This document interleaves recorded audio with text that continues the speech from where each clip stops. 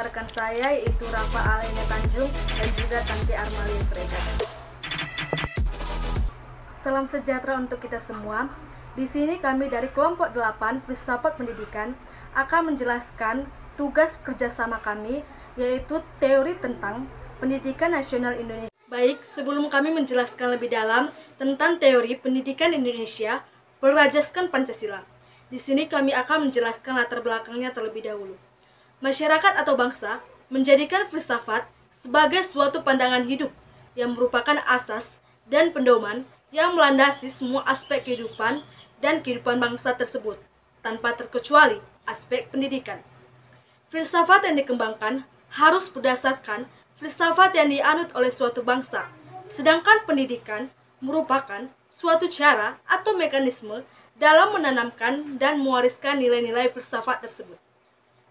Namun, yang menjadi masalah, apa yang diamanatkan dalam pembukaan Undang-Undang Dasar 1945 belum dapat dilakukan sepenuhnya dengan konsekuen.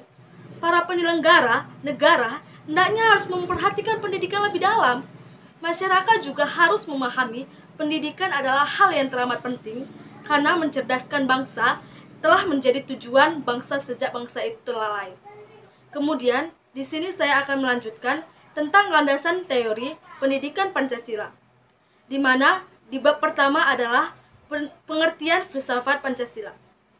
Filsafat berasal dari kata filosofi yang secara epistemologis berasal dari philos dan philen yang artinya cinta dan sophia yang berarti hikmat atau kebijaksanaan. Sehingga secara etimologi filsafat berarti cinta kebijaksanaan atau love of wisdom. Dalam arti yang sedalam-dalamnya, filsafat pendidikan merupakan penggunaan nilai-nilai Pancasila sebagai dasar dan pandangan hidup bernegara. Dalam prinsipnya, Pancasila sebagai filsafat merupakan perluasan manfaat dari yang bermula sebagai dasar dan ideologi, merambah hingga produk-produk filsafat. Pancasila sebagai produk filsafat berarti digunakan sebagai pandangan hidup dalam kegiatan praktis. Ini berarti filsafat Pancasila mempunyai fungsi dan perasaan sebagai perbuatan dalam kehidupan sehari-hari, baik dalam bermasyarakat, berbangsa, dan bernegara bagi bangsa Indonesia. Pancasila sebagai filsafat juga berarti bahwa Pancasila mengandung pandangan, nilai, dan pemikiran yang dapat menjadi substansi dan isi pembentukan ideologi Pancasila. Baiklah, di sini saya akan melanjutkan penjelasan Melisa. Saya akan menjelaskan tentang peran filsafat Pancasila terhadap sistem pendidikan di Indonesia. Pendidikan itu dapat diartikan sebagai suatu proses di mana pendidikan merupakan usaha sadar dan bertanggung jawab dari orang dewasa dalam membimbing, memimpin, dan mengarahkan peserta didik dengan berbagai problema, permasalahan, dan pertanyaan yang mungkin saja timbul dalam pelaksanaannya. Pendidikan itu juga dapat diartikan sebagai hasil, di mana pendidik itu merupakan wahana untuk membawa peserta didik mencapai tingkat perkembangan optimal sesuai dengan potensi pribadinya, sehingga menjadi manusia yang sadar dan bertanggung jawab atas tugas-tugas hidupnya sebagai manusia, sesuai dengan hakikat dan ciri-ciri kemanusiaannya. Bidang ilmu pendidikan dengan berbagai cabang-cabangnya merupakan landasan ilmiah bagi pelaksanaan pendidikan yang terus berkembang secara dinamis. Sedangkan filsafat pendidikan sesuai dengan perannya merupakan landasan filosofis yang menjiwai seluruh kebijaksanaan dan pelaksanaan pendidikan. Sebagaimana yang tercantum dalam Undang-Undang Sistem Pendidikan Nasional Nomor 20 Tahun 2003, dijelaskan bahwa pendidikan adalah usaha sadar dan terencana dalam mewujudkan suasana belajar dan proses pembelajaran agar peserta didik secara aktif mengembangkan potensi dirinya untuk memiliki kekuatan spiritual keagamaan, pengendalian diri, kepribadian, kecerdasan, akhlak mulia, serta keterampilan yang diperlukan dirinya, masyarakat, bangsa, dan negara. Pendidikan menyediakan kesempatan bagi peserta didik untuk aktif mengembangkan dirinya sendiri. Yang aktif itu adalah peserta didik, sedangkan pendidik berperan sebagai fasilitator, organisator, dan motivator, memfasilitasi pelajaran, mengarahkan dan menuntun dan mendorong peserta didik, dalam aktivitas belajarnya agar berlangsung secara efektif dan efisien. Dalam Undang-Undang Sisdiknas tahun 2003, Bab 2 Pasal 3 dijelaskan tujuan pendidikan sebagai berikut. Pendidikan nasional yang berfungsi mengembangkan kemampuan dan membentuk watak serta peradaban bangsa yang bermartabat dalam rangka mencerdaskan kehidupan bangsa, bertujuan untuk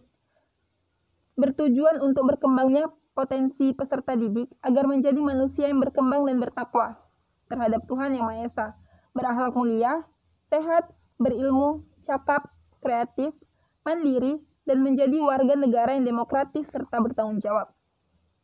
Pendidikan berlangsung di keluarga, di rumah, di sekolah, baik di masyarakat. Dalam pendidikan berlangsung komunikasi jujur, terbuka, fungsional, dan produktif sesuai dengan kebutuhan dan perkembangan. Pendidik harus memiliki kemampuan atau kompetensi untuk komunikasi. Pendidikan itu berlangsung di keluarga, di rumah, di sekolah, dan di masyarakat. Pendidikan harus berlangsung dengan keteladanan dan komunikasi. Orang tua itu adalah pendidik di keluarga dan di rumah.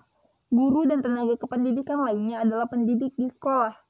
Tokoh atau pemuka masyarakat, ulama, pejabat, mulai dari pejabat paling rendah sampai pada jabatan yang paling tinggi yang ada di masyarakat dan negara, adalah pendidik sekaligus sebagai teladan bagi peserta didik. Baik, hanya itu yang dapat saya sampaikan. Dilanjutkan oleh teman saya. Terima kasih. Baiklah, saya akan melanjutkan materi yang ketiga, yaitu pandangan filsafat Pancasila terhadap sistem pendidikan nasional. Nah, tata cara bernegara di Indonesia itu diatur dalam Undang-Undang 1945 yang selama ini belum pernah mengalami amandemen kecuali setelah berukir reformasi tahun 1998.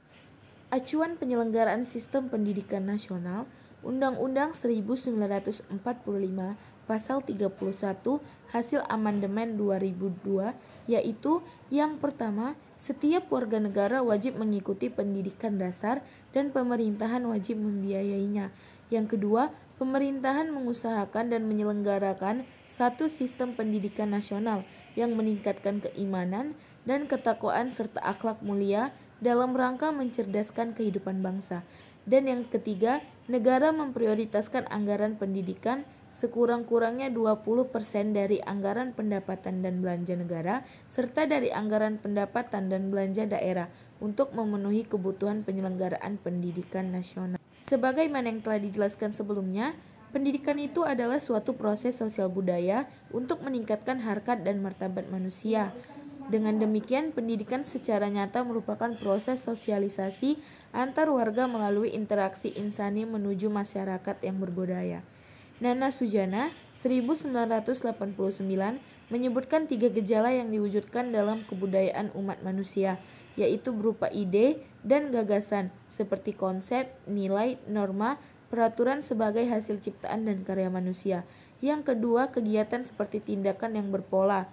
Dan yang ketiga, hasil karya cipta manusia. Dalam pemahaman yang hampir sama, Daud Joseph dalam Rakajoni 1983 menyebutkan bahwa sumber ratusan ribu nilai yang ada dalam masyarakat untuk dikembangkan melalui proses pendidikan ada 3 hal, yaitu yang pertama pikiran atau logika, perasaan atau estetika, dan yang terakhir adalah kemauan atau etika.